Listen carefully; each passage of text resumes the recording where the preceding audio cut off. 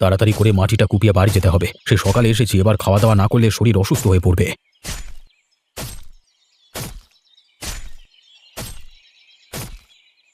এই, তুই দেখে শুনে কাজ করতে পারিস না? মাটি কোপাচ্ছিস এমন ভাবে আমার গায়ে এসে লাগছে। এটা যদি আমি করতাম কেমন হতো? পাশাপাশি জমিতে কাজ করছি, এরকম একটু আধটু হতেই পারে। হ্যাঁ, আমি তো মাটি কোপাইনি, হাত বোলাচ্ছি। আমি মাটি কোপাচ্ছি, তোর গায়ে লেগেছে। কাজের কোনো ঠিক নেই, মাটি কাটছে যত সব। এই, মুখ সামলে কথা বল। আমি তোর থেকে বেশি কাজ করি, তোর থেকে আমার জমিটা অনেক বড়। হ্যাঁ, বেশি কাজ করিস তো কি হয়েছে? তাহলে আমার গায়ে মাটি লাগবে নাকি? আমার কাজ করতে অসুবিধা হচ্ছে। আস্তে আস্তে কাজ কর, না হলে এরকম তো আমিও করতে পারি। আমার বাড়ি যাবার তাড়া আছে, আমি এভাবেই কাজ করব। কিছু করতে পারলে করে নে। তুই যদি এরকম করতে থাকিস তাহলে এবার আমিও করব বলে দিচ্ছি। ধীরে সুস্থে কাজ কর।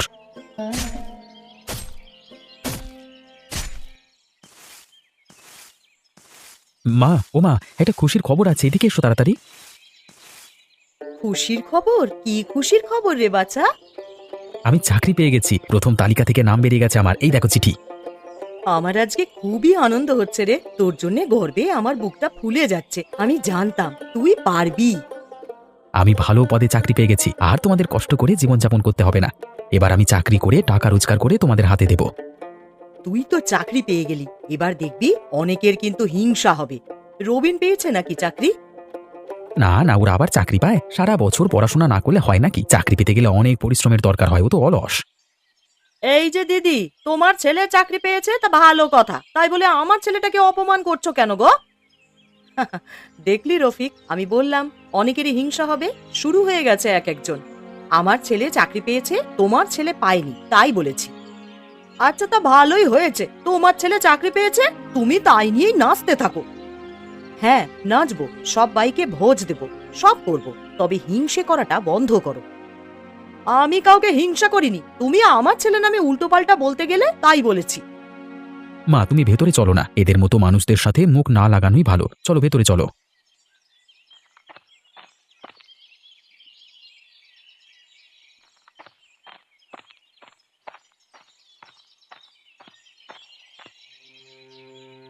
মা, আমি এসে গেছি। কি হয়েছে গো, চুপ করে বসে আছো কেন? না না, আমার কিছু হয়নি, আমি ঠিকই আছি, তুই বস। না না, কিছু তো একটা হয়েছে, না হলে আমি বাড়িতে এলে তুমি খেতে দেবো পানি দেবো করে পাগল হয়ে যাও। আর আজকে চুপ করে বসে আছো, কি হয়েছে বলো? আরে ওই তো, রফিক চাকরি পেয়েছে, তাই জন্যে তোর পাশের বাড়ির কাকিমার কত অহংকার, তোকে নিয়ে কত খারাপ খারাপ কথা বললো। আরে এসব কথা ছাড়ো না, মানুষের মুখ আছে বলবে, আমি একদিন যোগ্য জবাব দেবো ওদের। হ্যাঁ, তোকে দিতেই হবে যোগ্য জবাব। মুখের মাধ্যমে নয়, কাজের মাধ্যমে জবাব দিবি, বুঝলি? তবেই শিক্ষা পাবে। এই চাকরিটা তো আমার হলো না, পরের চাকরিটাই চেষ্টা করে দেখবো, ওটা আরো বড় পদের চাকরি।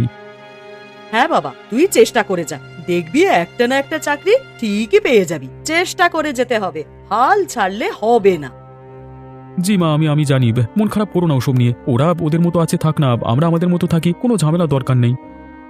হ্যাঁ রে বাবা, তুই ঠিকই বলেছিস। তুই তোর মতন পড়াশোনা চালিয়ে যা, আমরা তোর পেছনে আছি।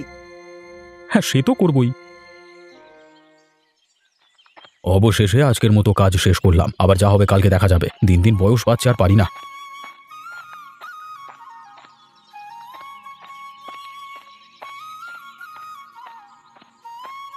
আরে রফিকুল, বাড়ি যাচ্ছিস নাকি? হ্যাঁ গো খুড়ো, বাড়ি যাচ্ছি। জমিতে হাড় ভাঙা পরিশ্রম করে এই বাড়ি যাই গিয়ে বিশ্রাম নেব। তা তুমি কোথায় বেরিয়েছিলে? আমি তো এদিক ওদিক ঘুরে বেড়াই, কাজকর্ম নেই, এসব ছাড়। তা তোর ছেলে চাকরি পেয়েছে, তুই কি জানিস? খুড়ো, তুমি ঠিক বলছো তো? আমার ছেলে সত্যি করে চাকরি পেয়ে গেছে? হ্যাঁ রে হ্যাঁ, তোর ছেলে চাকরি পেয়ে গেছে। আজকে চিঠি এসেছিল, যা যা তাড়াতাড়ি বাড়ি যা, গেলেই জানতে পেরে যাবি। হ্যাঁ, সে তো বাড়ি যাবই, তবে আমার ছেলে চাকরি পেয়ে গেছে শুনে খুব আনন্দ হচ্ছে। খুড়ো, আজকে রাত্রিবেলায় আমাদের বাড়িতে নিমন্ত্রণে চলে আসবে তাহলে। হ্যাঁ, বেশি কিছু খাওয়াতে পারবো না, গরম ভাত আর বেগুনের ঝোল খাওয়াবো। আচ্ছা আচ্ছা, যাবো। তুই এখন বাড়িতে যা, তোর ছেলে চাকরি পেয়েছে বলে কথা, এখন দাঁড়িয়ে থাকলে হবে? তাহলে কয়েকজনকে নিমন্ত্রণ জানিয়ে দিতে হবে আজকে রাত্রিবেলায় আমাদের বাড়িতে ভোজনের জন্য।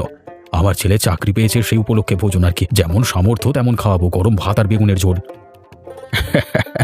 আমি যখন প্রথম চাকরিটা পেয়েছিলাম তখন খুবই আনন্দিত হয়েছিলাম, ঠিক তোর মতোই। খুড়ো, আমি এখন চাই, তুমি কোথায় যাচ্ছিলে যাও, বাড়িতে গিয়ে দেখি কি পরিস্থিতি।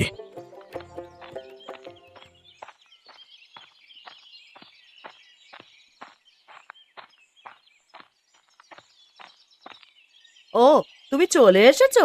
আজকে তাড়াতাড়ি চলে এলে বলে মনে হচ্ছে। আজকে কাজ সম্পন্ন করে ফেলেছি, তাই জন্যই চলে এলাম। ফালতু রোদের মধ্যে জমিতে বসে থেকে কি করব? তা তুমি ভালোই করেছো যে চলে এসেছো। আজকে তাহলে সবাই মিলে তাড়াতাড়ি করে খেয়ে দে ঘুমিয়ে পড়বো। আচ্ছা সেসব ঠিক আছে, তুমি আগে আমাকে এক গ্লাস পানি দাও তো, বড্ড পিপাসা পেয়েছে। আচ্ছা, আমি বরং রান্নাঘর থেকে তোমায় পানি এনে দিচ্ছি, তুমি রবিনের কাছে একটু বসো।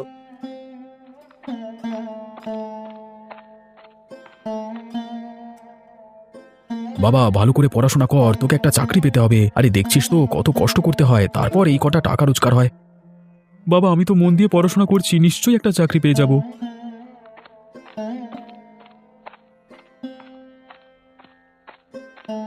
এই নাও পানি, পিপাসা মিটিয়ে নাও।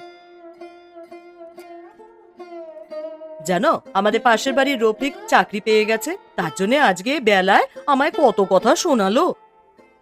ভালোই হয়েছে চাকরি পেয়েছে। রবিন তুইও ভালো করে পড়, তুই একটা চাকরি পেয়ে যাবি। চাকরি পেয়ে গেছে বলে যেন মাথা কিনে নিয়েছে, তখন দাঁড়িয়ে ওঠানে তা আমাকে কত কথা শোনাচ্ছে। আরে তুমি কেন ওসব কথায় কান দিচ্ছ?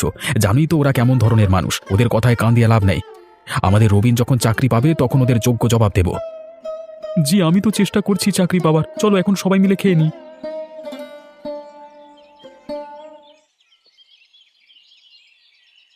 রফিক আমি আজকে খুব খুশি, তুই আমাদের মুখ উজ্জ্বল করলি। আমি গ্রামের অনেকজনকে বলে এসেছি রাতে আসবে আমাদের বাড়িতে দাওয়াত খেতে।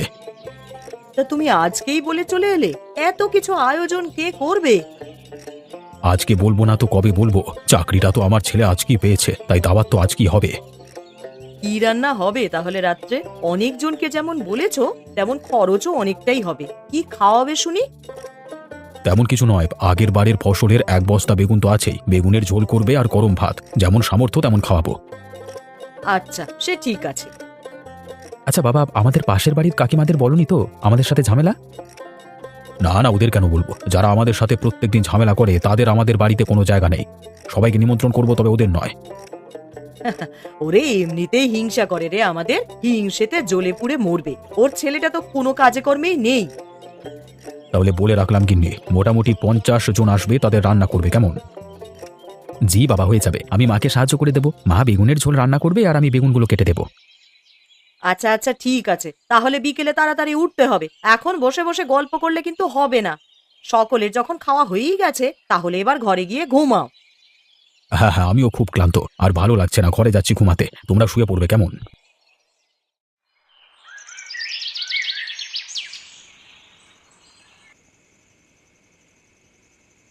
রবিন, দেখেছিস ওদের ছেলেটা চাকরি পেয়েছে বলে সকলকে দাওয়াত দিচ্ছে। আমরা ওদের প্রতিবেশী, কিন্তু আমাদেরই কোনো নিমন্ত্রণ নাই। আমাদের সাথে ওদের ঝগড়া ঝামেলা, তাই জন্যই হয়তো নিমন্ত্রণ জানায়নি, তবে এটা উচিত না। সবাইকে গরম ভাত আর বেগুনের ঝোল খাওয়াবে, সে যাই খাওয়া, আমাদের নিমন্ত্রণ করাটা উচিত ছিল তো। তুই যখন চাকরি পাবি তখন আমি সবাইকে নিমন্ত্রণ করব, ওদেরকেও করব। এখন ওদের কথা বাদ দাও, ওদের এখন আলাদাই ব্যাপার। আমাদের সাথে যখন ব্যবহার বদলে গেছে তখন আমাদের নিমন্ত্রণ তো দূরের কথা।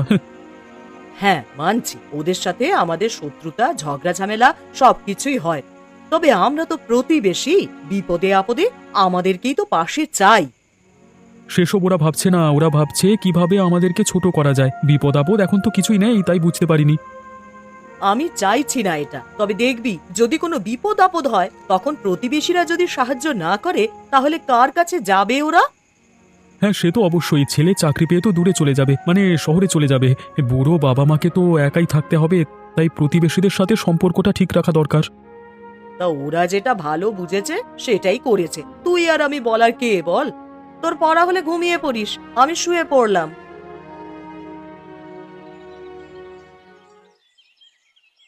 তোকে অনেকদিন পরে কাছে পেয়েছি রে লক্ষণ। বেশ কয়েকদিন তো তোকে দেখাই যায়নি, তা কোথাও হারিয়ে গেছিলি নাকি? তুমি তো ভালো বললে খুড়ো, আমি বেশ কয়েকদিন খুব ব্যস্ত ছিলাম আর কি, শুধু কাজ আর বাড়ি এটুকুই হচ্ছিল। এবার হাত ফাঁকা হতে আবার আগের মতো। তোর মনে আছে কয়েকদিন আগে রফিকুলের ছেলে চাকরি পেল, সকলকে নিমন্ত্রণ করে খাওয়ালো, তা শুধু তোদেরই নিমন্ত্রণ করলো না? আরে ছাড়ো না ওসব কথা, ওসব তো অনেকদিন হয়ে গেছে, ওসব ফালতু কথা তুলতে আমি চাই না আর। ওদের ইচ্ছে হয়নি তাই বলেনি। তবে ওরা ভুল করেছে, প্রতিবেশীদের আগে বলা উচিত আমাদের বাড়ি কোথায়, গ্রামের পশ্চিম প্রান্তে, আর ওদের বাড়ি উত্তর প্রান্তে। আমাকে নিমন্ত্রণ করলো আর তোকে করলো না। আমাদের সাথে ঝগড়া ঝামেলার জন্যই হয়তো করেনি, না হলে তো নিমন্ত্রণ করবার কথা। তোদের পাশের বাড়িতেই রান্না হলো গরম গরম ভাত আর বেগুনের ঝোল, আমিও গিয়ে খেয়ে এলাম। তবে তোর জন্যই খারাপ লাগছিল, শুধুমাত্র এই ছোট ব্যাপারের জন্য নিমন্ত্রণ করলো না। ওরা যেটা ভালো বুঝেছে সেটা করেছে, এখানে আমার আর তেমন কিছু বলবার নাই। আমি এসব বলতে গেলে আবার ঝামেলা বেড়ে যাবে। রোজ রোজ ঝগড়া ঝামেলা ভালো লাগে না, এর থেকে চুপ করে থাকা ভালো। তোর কি আজকে কোনো কাজ নাই নাকি? আমার সাথে বসে দিব্যি গল্প করছিস। না গো খুড়ো, নেই বলি তো বসে আছি। কাজকর্ম থাকলে কি আর এখানে দেখতে পেতে আমাকে? সেই তোর কাছে সবার আগে কাজ, বললে হবে না, তুই কাজের ছেলে আছিস বেটা। হ্যাঁ।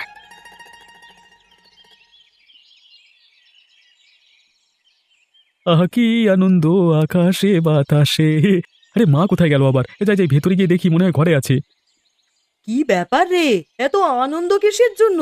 গান করছিস, নাচ করছিস? ও আচ্ছা, তুমি এখানে কাপড় পরিষ্কার করছো, আমি দেখিনি। আরে খুশি সংবাদ আছে। খুশির সংবাদ কি রে, বল না আমাকে তাড়াতাড়ি।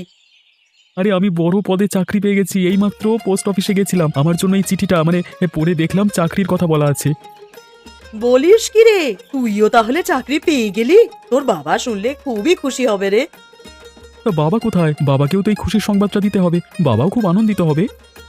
তোর বাবা একটু বাইরে গেছে, এতদিন খুব কাজের চাপ ছিল তো, কাল কাজ শেষ করেছে, তাই জন্যই একটু বেরিয়েছে। কাজের সাথে সাথে মাঝে মধ্যে মানসিক বিশ্রামেরও কিন্তু প্রয়োজন আছে। আচ্ছা ঠিক আছে, বাবা আসুক তখন আমি বলবো। ততক্ষণ আমি দাওয়ায় বসে আছি, তুমি কাপড়গুলো পরিষ্কার করে নাও। আরে পাগল ছেলে, তুই ঘরে গিয়ে বস, দাওয়ায় বসে কি করবি? যা ঘরে গিয়ে বস। না না, বাবা আসবার সাথে সাথেই আমি খবরটা জানাবো। আমি দাওয়ায় বসে আছি, কোনো অসুবিধা নেই, তুমি তোমার কাজ করে নাও। বাবা, তুই আমাদের বংশের মুখ উজ্জ্বল করলি। তুই প্রথম যে এই বাড়িতে চাকরি করবি।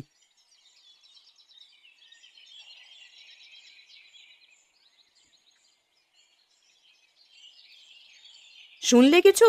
রবিন চাকরি পেয়ে গেছে। হ্যাঁ, শুধু চাকরি পেয়েছে বললে তো হবে না, বড় পদে চাকরি পেয়ে গেছে, ছেলেটার থেকেও বড় পদ, বুঝলে? এবার আমাদেরও কথা শোনাবে দেখো। এক সময় আমরাও তো শুনিয়েছি, হয়তো দাওয়াত দেবে কিন্তু আমাদের বলবে না। হ্যাঁ, আমরা তো এই খারাপ ব্যবহারটাই করেছি, নিশ্চয়ই ওরাও এরকমই করবে। তবে এখন মনে হচ্ছে এই ব্যবহার করা আমাদের উচিত হয়নি। আমি এখন বাড়ি থেকে বেরোবো না। রবিন যখন বাড়ি থেকে বেরিয়ে যাবে শুনতে পাবো, তখন বেরোবো। আবার যদি মা ছেলেতে মিলে কথা শোনায়? কথা শোনালে শুনে নেবে, কিছু বলবার দরকার নাই। তুমি যখন ওদেরকে কথা শুনিয়েছিলে তখন ওদের এইরকমই লেগেছিল। হ্যাঁ গো, তুমি তো ঠিক কথাই বলছো। একসময় তো আমিও কথা শুনিয়েছিলাম, এখন আমায় যখন কথা শোনাবে তখন তো শুনতেই হবে। আসলে তখন খুব অহংকারী হয়ে গিয়েছিলাম। শুধু তুমি নয় গো, আমিও তো হয়ে গেছিলাম। আমাদের বাড়িতে ভাত আর বেগুনের ঝোল খাওয়ানো হলো, ওদেরকে নিমন্ত্রণ করে আসেনি। এর থেকে বড় অপমান ওদের কি হতে পারে? তা এতদিন পর আমরা আমাদের ভুলটা বুঝতে পারছি, তবে ওরা আমাদের সাথে হয়তো এইরকমটাই করবে, আর করাটাই স্বাভাবিক। আচ্ছা গিন্নি, তুমি তোমার কাজ করে নাও, আমি জমিতে যাব। আর ভেবে তো কিছু লাভ নেই, সুযোগ পেলে ওদের কাছে ক্ষমা চেয়ে নেব। তাড়াতাড়ি পা চালিয়ে বাড়ি যাই, সেই কোন সকালবেলায় বেরিয়েছি। কাজকর্ম নেই বলে সারাদিন বাইরে বসে থাকলে তো হবে না। গিন্নি মনে হয় রেগেই গেল, তাড়াতাড়ি পা চালাই।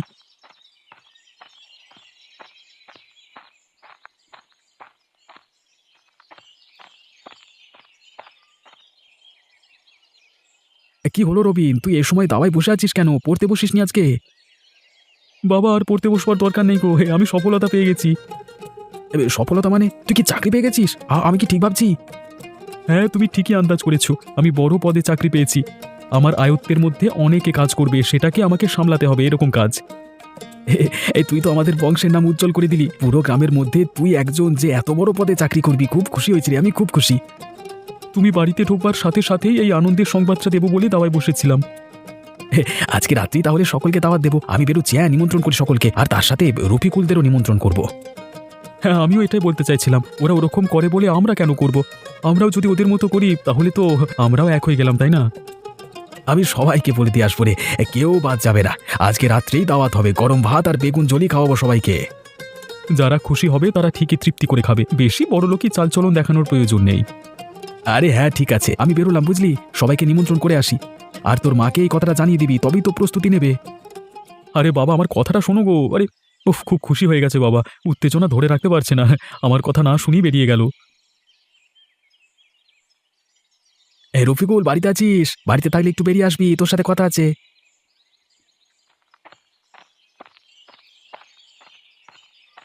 জি দাদা বলুন। তবে ও তো বাড়িতে নেই, কাজে গেছে জমিতে। কিছু দরকার থাকলে আপনি আমায় বলতে পারেন। আমার ছেলে রবিন বড় পদে চাকরি পেয়েছে, তাই জন্য আজকে রাত্রে দাওয়াত দিচ্ছি সকলকে। আপনাদের সপরিবারে নিমন্ত্রণ রইল, অবশ্যই যাবেন কিন্তু। আচ্ছা, আমরা যাব। ভালোই হয়েছে, আপনার ছেলেটাও চাকরি পেয়ে গেল। আপনাদের আর কোনো চিন্তা রইল না। হ্যাঁ, আমার ছেলেটা এত পরিশ্রম কম করেনি, পরিশ্রম করলে সফলতা তো পাবেই। হ্যাঁ, হয়তো একটু দেরি হবে, তবে সফলতা ঠিক পাবে। যেমন আপনাদের ছেলেটা পেল একটু তাড়াতাড়ি, আমার ছেলেটা একটু দেরি করে পাবে। জি, আপনি ঠিকই বলেছেন। বৌদি, বেশি কিছু খাওয়াতে পারবো না, গরম ভাত আর বেগুনের ঝোল হবে। আমাদের যেমন সামর্থ্য তেমন রান্না করব, এর বেশি পারবো না। আরে হ্যাঁ হ্যাঁ, সামর্থ্যের বাইরে গিয়ে কোনো কাজ করাই উচিত নয়, তাহলেই বিপদ হবে। জেনে বুঝে বিপদ ডেকে আপনার দরকার কি আছে? ওই জন্যই তো এই মেনু হয়েছে। বেশি বড়লোকি চালচলন দেখাতে পারবো না, পরে বিপদে পড়লে সেটা আমাকেই সামলাতে হবে। তার থেকে দরকার নেই বাবা। হ্যাঁ, এটা আপনি ঠিকই বলেছেন। আমরা রাত্রে যাব আপনার বাড়িতে, সবাই মিলে যাব। অবশ্যই আসবেন সবাই মিলে। এখন আমি আসছি, হ্যাঁ, আরও অনেকজনকে নিমন্ত্রণ করতে হবে।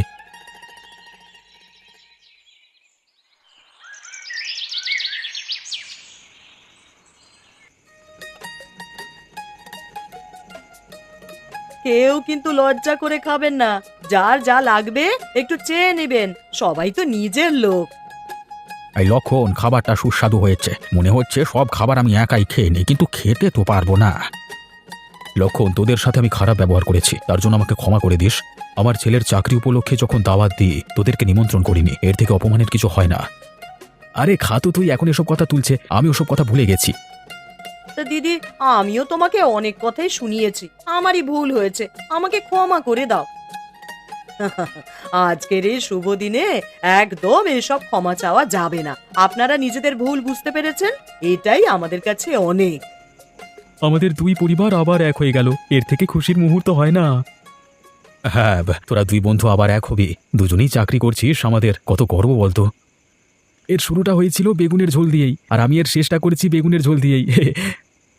তুই আমাদের পাশের বাড়িতে থাকিস, পাশের বাড়িকে নিমন্ত্রণ না করে অন্যান্যদের নিমন্ত্রণ করলাম, তাও তোরা আমাদের নিমন্ত্রণ জানাবি। সত্যি তোরা খুব বড় মনের মানুষ। যখন তোরা এরকম করেছিলিস তখন খারাপ লেগেছিল ঠিকই, তবে দুজনেরাই যদি এরকম শত্রুতা করতে থাকি তাহলে তো কোনোদিনই মিল হবে না। আর আমি মিলন চাই, তাই জন্যই আমি তোদের বললাম। পাশের বাড়িতে উৎসব হচ্ছে কিন্তু নিমন্ত্রণ হয়নি, এটা যে কেমন অনুভূতি তা বুঝতে পেরেছি। আমরা আবার এক হয়ে গেলাম, আর কখনো কোনোদিনও কোনো ঝগড়া ঝামেলা হবে না। হ্যাঁ, সবকিছু মিটে গেছে, এবার সকলে গরম গরম ভাত দিয়ে বেগুনের ঝোল খেয়ে নাও, আর এসব কথা একদম তুলবে না।